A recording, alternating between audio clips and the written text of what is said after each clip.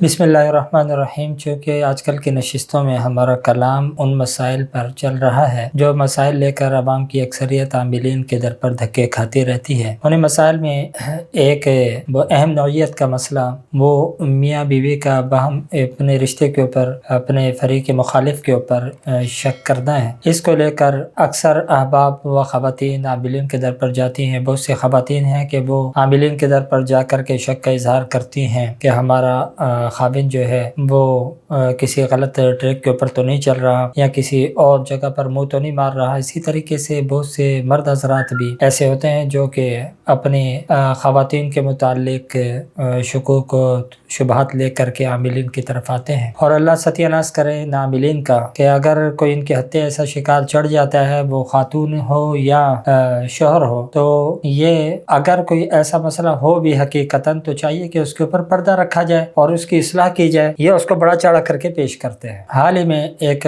مسئلہ ایسا ہی میرے پاس آیا ہے کہ جس میں کوئی خاتون خانہ وہ اپنے شوہر کے متعلق یہ انہوں نے کہا کہ بھئی وہ اس کا تعلق جو ہے اپنی فیملی کے اندر ہی کسی اور خاتون کے ساتھ ہے اور جسمانی تعلقات وہ قائم کرتا ہے، میرا شوہر جو ہے کسی اور کے ساتھ۔ اب دلیل انہوں نے کیا دی ہے کہ بھئی میں ایک عامل کے پاس گئی ہوں، اس کو میں نے بتایا کہ بھئی یہ میرے ساتھ اس کا چال چلن ٹھیک نہیں ہے، یہ گھر کے اندر جو ہے غصہ کرتا ہے، سختی زیادہ کرتا ہے اور گھر کے اندر مار پیٹ کا نشانہ میرے کو بناتا ہے۔ تو انہوں نے چیک کرنے کے بعد بتایا کہ بھئی اس کا جو ہے کسی کے ساتھ تعلق ہے اور وہ ریلیشن کے اندر ہے، اسی وجہ سے آپ کے ساتھ یہ معاملہ ہو رہا ہے۔ پھر اس کے بعد میں کسی اور کے پاس گئی تو اس نے بھی اسی چیز کی تصدیق کی۔ اب وہ اسی کی تصدیق چاہنے کے لیے ہمارے پاس بھی آئی۔ تو یہاں پر یہ بات بیان کرنا ضروری اس لیے محسوس ہوا کہ اکثر ہمیں جو نوجوان طبقہ ہے، یہ جو باہر کا جو حالات ہے ہمارے معاشرے میں کہ اس کو دیکھ کر بس یہ نفسیاتی ہو چکا ہے۔ یہ ایک نفسیاتی مسئلہ ہے کہ اپنے فریق کے اوپر مطمئن نہ ہونا اور اس کو شک کی نگاہ سے دیکھنا۔ بہت سارے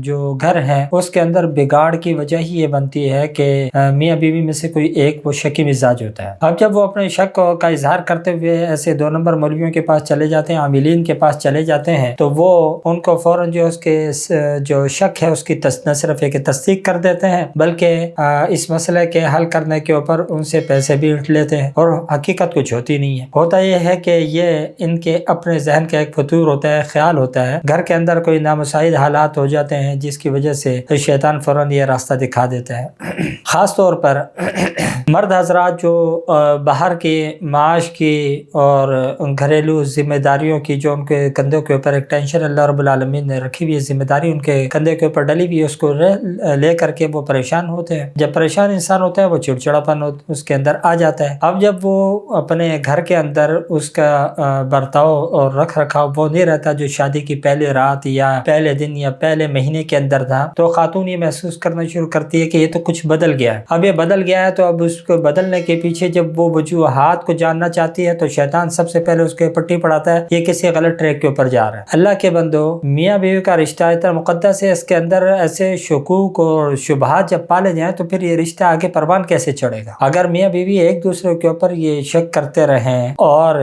2 نمبر مولویوں کے پاس جا کے اپنے شک کی تصدیق کرواتے رہیں تو پھر ان کی جو آنے والی نسل ہوگی جب وہ یہ دیکھے گی کہ باہمی بد اعتمادی کا یہ عالم ہے ماں باپ کے درمیان میں، تو وہ کتنی جو ہے کسی کے اوپر اعتماد کرنے والی بنے گی۔ تو اس کا نتیجہ کیا ہوگا کہ معاشرے کے اندر ایک ایسا خاندان جنم لے گا جو کہ پیدائشی طور پر نفسیاتی ہوگا۔ یہ ایک نفسیاتی عارضہ ہی سمجھ لیجئے کہ انسان جو ہے وہ فضول خیالات کے اندر اپنے آپ کو کیا کرتا رہتا ہے، الجھاتا رہتا ہے، اور فضول سوچوں کے اندر وہ اپنے آپ کو لگا کر کے اپنا دین اور دنیا دونوں برباد کر بیٹھتے ہیں۔ اب دیکھیں یہ کہنے کی تو بہت آسان بات ہے کہ اس مولوی نے کہہ دیا کہ بھئی وہ اس کے ساتھ ریلیشن میں ہے۔ ریلیشن کا مطلب پتہ ہے کیا ہے؟ سیدھا سیدھا وہ آدمی جو ہے وہ اس کو کیا کہہ رہا ہے، زنا کا ثابت کر رہا ہے، زناکار، کہ تمہارا جو خاوند ہے وہ کیا ہے، زناکار ہے، نعوذ باللہ۔ اور یہ اللہ کی بندے بھی اس کی بات کے اوپر یقین کر رہے ہیں۔ زنا کوئی معمولی چیز ہے، شریعت کے اندر بھی اگر کوئی کسی کے اوپر زنا کی تہمت لگاتا ہے تو ایسی صورت کے اندر اس سے بھی گواہ وغیرہ طلب کیے جاتے ہیں۔ بغیر گواہوں کی گواہی کے اس کا ثبوت نہیں ہوتا، اور اگر کسی کسی کے پاس گواہ نہ ہو، وہ فالتو یہ دعویٰ رکھ دے تو اس کے اوپر خود حد جاری ہوتی ہے، شریعت میں وہ خود مجرم قرار پاتا۔ اب یہ کہنے کو اپنے آپ کو عالم بھی بتاتے ہیں، عامل بھی بتاتے ہیں، اور لوگوں کی رہنمائی کر رہے ہیں کیسے کہ بھئی وہ تمہارا جو خاوند ہے وہ کسی کے ساتھ وہ بدکاری کر رہا ہے۔ تو جب اس قسم کے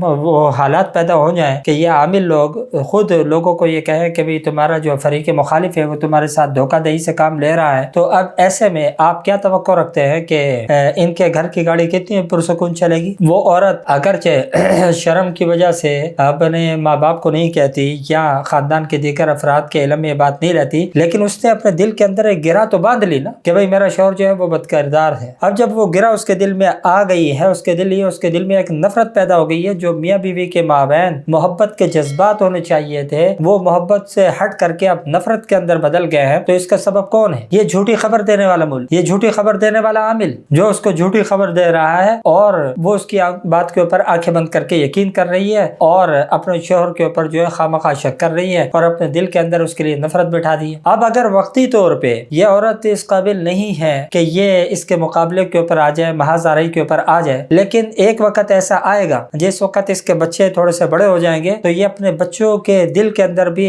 اپنے شوہر کے ان کے باپ کی نفرت ڈالے گی، ان کو بولے گی یہ صحیح آدمی نہیں ہے، یہ غلط راستے کے اوپر چلنے والا ہے، یہ ہے وہ ہے فلانا ہے۔ ہو سکتا ہے کہ جس وقت وہ بچے کسی قابل ہو جائیں کہ ماں کو سہارا دے سکے، ہو سکتا ہے اس وقت اس سے علیحدگی بھی اختیار کر لے۔ تو اس تمام چیز کا بیج بونے والا کون ہے؟ اس کا بیج بونے والا، اس کے دل میں تو شک تھا، اس شک کو یقین میں بدلنے والا کون ہے؟ جو اس کی تعیین کر رہا ہے۔ تو میں یہی تو روتا ہوں کہ یار یہ کس قسم کے لوگ بیٹھے ہیں جو اپنے آپ کو عامل کہتے ہیں، جو اپنے آپ کو عالم بھی کہتے ہیں، اور اس کے باوجود وہ کام کیا کر رہے ہیں؟ ایسے لوگوں کے اوپر الزامات لگا رہے ہیں جو عام آدمی کے اگر کسی کے اوپر لگائے تو اس کے اوپر حد جاری کر دی بغیر پروف کے، بغیر ثبوت کے، اور جب ان سے بات کی جائے تو کہتے ہیں کہ بھئی چونکہ ہمارا علم ہمارے کو بتاتا ہے۔ اور اس چیز کے اوپر میں مستقلاً کلام کر چکا ہوں، میں باقاعدہ ایک نشست کر چکا ہوں کہ جو آدمی اس چیز کو جواز بنا کر کے کسی کے اوپر الزام لگاتا ہے تو وہ خود فاسق فاجر ہے۔ کیوں؟ کون سا علم ہے تمہارا؟ کہانت کر رہے ہیں، موکلات سے خبر لے، جنات سے خبر لے کر کے آگے لوگوں کو بیان کر رہا ہوں، اور جنات کون سے انسانوں کے خیر خواہ ہیں کہ وہ تمہارے کو صحیح خبر دیں گے؟ وہ تو چاہتے یہ ہیں کہ تمہارے بیچ میں افتراق و انتشار رہے، اور خاص طور پر جب میاں بیوی کا مسئلہ ہو۔ آپ نے وہ روایت تو بڑی مشہور ہے، سنی بھی ہوگی کہ جو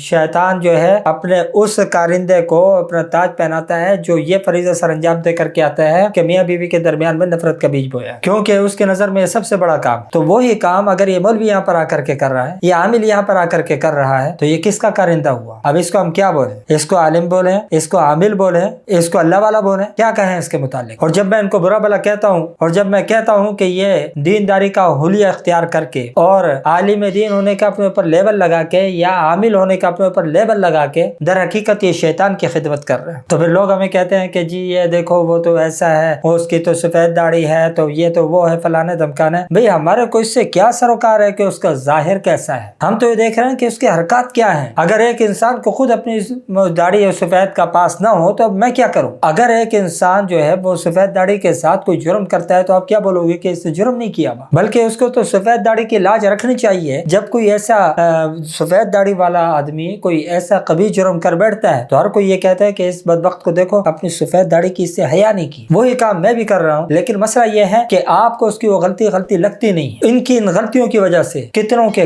گھر ٹوٹے ہیں، ان کی ان غلطیوں کی وجہ سے کتنوں کے بیچ میں نفرت کا بیج انہوں نے بو دیا گیا ہے، اور ان کی ان غلطیوں کی وجہ سے کتنے ہی خاندان وہ افتراق اور انتشار کا شکار ہوئے ہیں۔ اب بھی اس کے بعد بھی آپ کہتے ہو کہ بھئی نہ کہا کرو، کیوں نہ کہا کریں؟ بھئی میری ذمہ داری بنتی ہے، لوگ میری طرف مراجعات کرتے ہیں، میرے سے پوچھتے ہیں، جیسا کہ میں نے بتایا کہ جو خاتون آئی تھی کس لیے آئی تھی؟ وہ میرے سے تصدیق کی مہر ثبت کروانے کے لیے آئی تھی کہ یہ بھی کہہ دے گا تو میں پکی ہو جاؤں۔ تو میں کس طریقے سے کہہ دوں اس کو؟ بھئی کس سے خبر لے کر کے ہم اس کو خبر دے دیں؟ کسی کے اوپر زنا کی تہمت لگا دیں کیونکہ پہلے ایک عامل کہہ چکا ہے تو میں بھی بولوں ہاں جناب اس نے کیوں صحیح کہا ہے؟ میں تو سیدھا کہتا ہوں، میں بولتا ہوں کذاب ہے، جھوٹا ہے۔ اگر قانون شریعت کا نافذ ہوتا تو یہ اس نے وہ جرم کیا ہے کہ جس کی پاداش میں اس کے اوپر حد جاری کی جانی چاہیے۔ لیکن مسئلہ یہ ہے کہ جب کسی کے دل کے اندر تم نے شک کا گرہ لگا دی ہے تو اب اس کو کھولنا اتنا آسان کام تو نہیں ہے۔ تو میرے بھائیوں، کہنے کا مقصد میرا یہ ہے کہ آپ اگر عاملین کے پاس جاتے ہیں اور ان سے ماضی کے اندر ہوئے واقعات یا